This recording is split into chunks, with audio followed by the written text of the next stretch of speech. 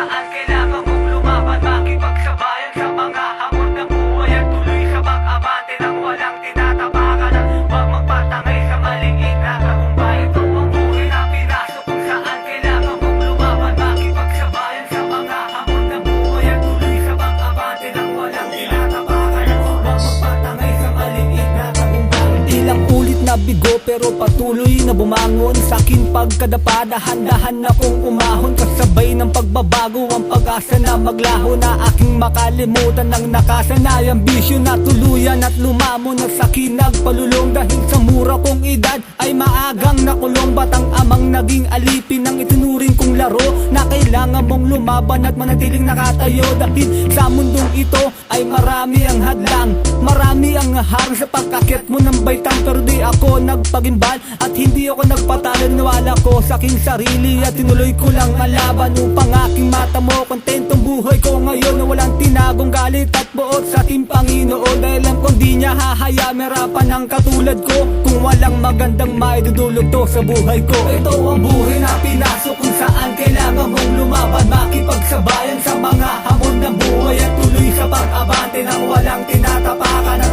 huwag magpatangay sa maliit na tagumpay. Ito ang buhay na pinasok kung saan kailangan mong lumaban, makipagsabayan sa mga hamon ng buhay at tuloy sa pag-abante nang walang tinatapakan at huwag magpatangay sa maliit na tagumpay. Minsan binala ko na rin sa problema ay sumuko dahil ang dami-daming dagok ng buhay na ito, pero hindi ko ginawa at hindi ko rin sinubok dahil alam kong kaya kong labanan ng bawat pagsubok at aking inaral ang mga dapat kong matutunan at lumaban ng parehas nang walang tinatapakan at ako ay sumabay na lang sa agos ng buhay upang aking maabot minimithi kong tagumpay. Tagumpay na maituturing ko na kayamanan na hindi basta-basta na pwede sa aking manakaw, mabuhay sa mundong ito na maging patas at sa kapoy makibagay at lumaban ng parehas. Yan ang payo sa akin ng aking ama't ina na kailanman sa utak ko hindi mawawala. Ngayong hawak kamay ko na mga pinangarap ko, isa na lang ang balak ko, sundan yapak ng ama ko. Ito ang buhay na pinasok kung saan kailangan mong lumaban, makipagsabayan sa mga hamon ng buhay at tuloy sa pag-abante nang walang tinatapakan at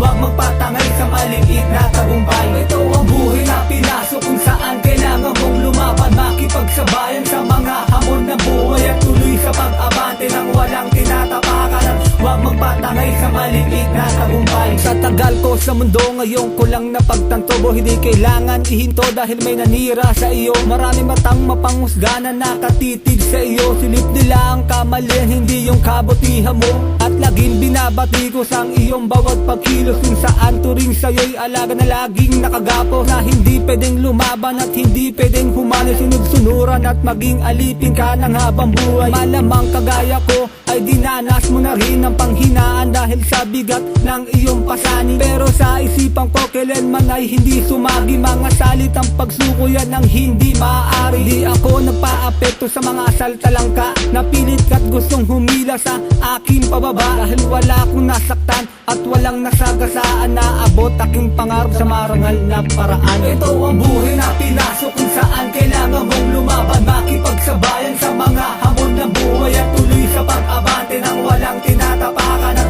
huwag magpatangay sa maliit na tagumpay. Ito ang buhay na pinasok kung saan kailangan mong lumaban, makipagsabayan sa mga hamon ng buhay at tuloy sa pag-abante nang walang tinatapakan at huwag magpatangay sa maliit na tagumpay. Ito ang buhay na pinasok kung saan kailangan mong lumaban, makipagsabayan sa mga hamon ng buhay at tuloy sa pag-abante nang walang tinatapakan at huwag magpatangay sa maliit na tagumpay. Ito ang buhay na pinasok kung saan kailangan mong lumaban, makipagsabayan sa mga hamon ng buhay at tuloy sa pag-abante nang walang tinatapakan at huwag magpatangay sa maliit na tagumpay. Ito ang buhay na pinasok kung saan kailangan mong lumaban, makipagsabayan sa mga hamon ng buhay at tuloy sa pag-abante nang walang tinatapakan at huwag magpatangay sa